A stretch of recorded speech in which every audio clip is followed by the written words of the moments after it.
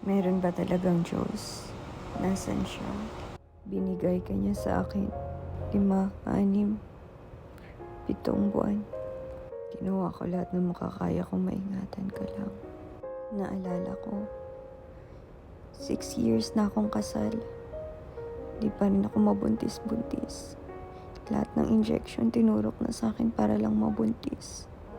2 taon ako naka-fertility program bago nag-succeed. Yun si Kuya Artus mo. Magti 3 years nang patay ng asawa ko. Ngayon biniyayaan ako ng isang katulad mo. Dami naming plano para sa'yo. Sa wakas may makakasama kami ni Kuya Artus mo sa mundo na to. Magiging 3 na sana tayo. Kaya may tatay ka o wala. Mahalaga okay ka. Okay yung future niyo.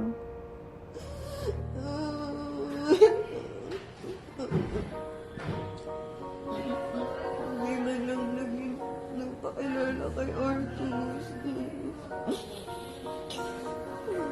Magpakita kay Kuya.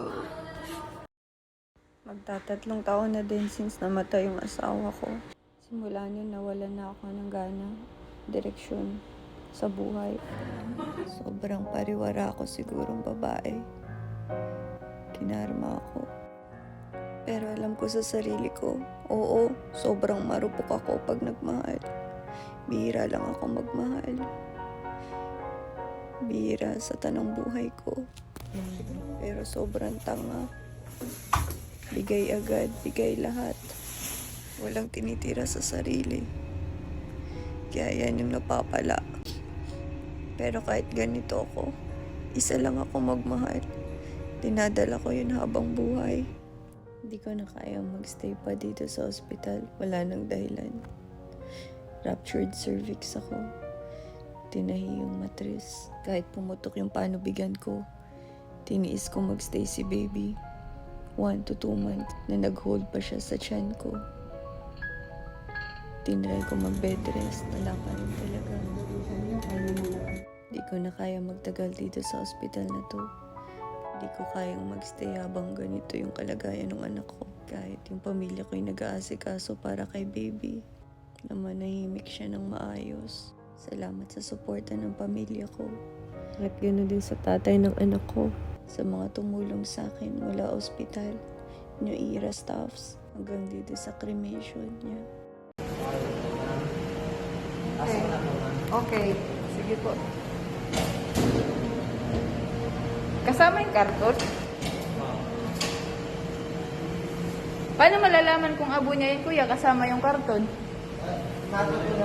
Maghihiwalay?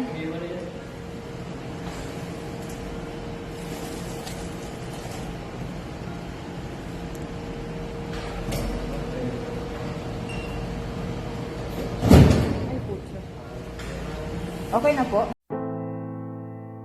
Thank you, Mama, sa lahat.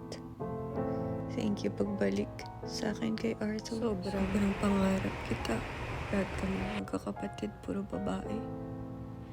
Umay na ako sa babae. Kaya nung nalaman kong boy ka, sobrang saya ko din. Lumaki ako sa pamilya na hindi pwede magsama, hindi pwede magkaanak pag hindi kinasal. Una, sobrang tutol ko talaga. Nung naramdaman kong mali yung pagbubuntis ko sa'yo. Pero nung kinausap ko yung family ko, yung tatay mo, lahat sila gusto na ituloy kita. Lahat sila natuwa na nandyan ka sa loob ng tiyan ko. Kahit biglaan lang ang lahat, kahit hindi planado. Sobrang takot ko nung pinagdadala kita. Pero dahil sa mga tao sa paligid ko, tsaka sa family ko, sinuportahan ako. Binigyan ako ng lakas ng loob na mahalin ka. Kaya todo pa-check up na ako mo. Nung ika-5 months mo, naka-4 na OB-GYN na ako. Lahat ng congenital anomaly scan, ginawa natin 2. Para sure na maayos ka sa loob na walang kulang sa body parts mo. Lagi ako nagre-research na sana maayos ka sa loob. walang diferensya. Wala nang nalaman ko kung nandyan ka sa loob. Kahit yung pagpo-pole dancing. At lahat ng activity ko, ni-stop ko para sa'yo. Lahat ng vitamins tinake ko. Ginawa ko. Good nutrition. For 2 months. Ganun ako eh. Do or die lang. Fight or flight lang sa buhay. Pero alam mo yun, kahit fight na yung napili ko, hindi ka pa rin binigay sa akin. Ayaw mawala sa isip ko ng lahat ng what ifs. Kung hindi ba ako umalis sa bahay, nanganak ako sa bahay, buhay ka. Kung nauna ba tayo sa ospital, buhay ka. Kung nagpa-CS ba ako before, buhay ka. O mas lalong lumala. Ayaw tumigil ng utak ko, pakaproseso kung saan ka dapat, kung ano yung pagkakamali. May medical malpractice pa. Na-OA pa ako sa pag-aalaga sa'yo. Nasobrahan ba ako? O nagkulang ba ako? Saan ako dapat? Kung kaya lang ibalik yung oras, yung mga sandali. Ito yung oras na hahatakin ko lahat. Ibabalik ko at isasolve ko. Para ma-save lang yung buhay mo. Ito lang yung paraan na alam kong gawin. Para mapadala ko yung pagmamahal ko para sa'yo. Laban sana tayong dalawa. Tayong dalawa.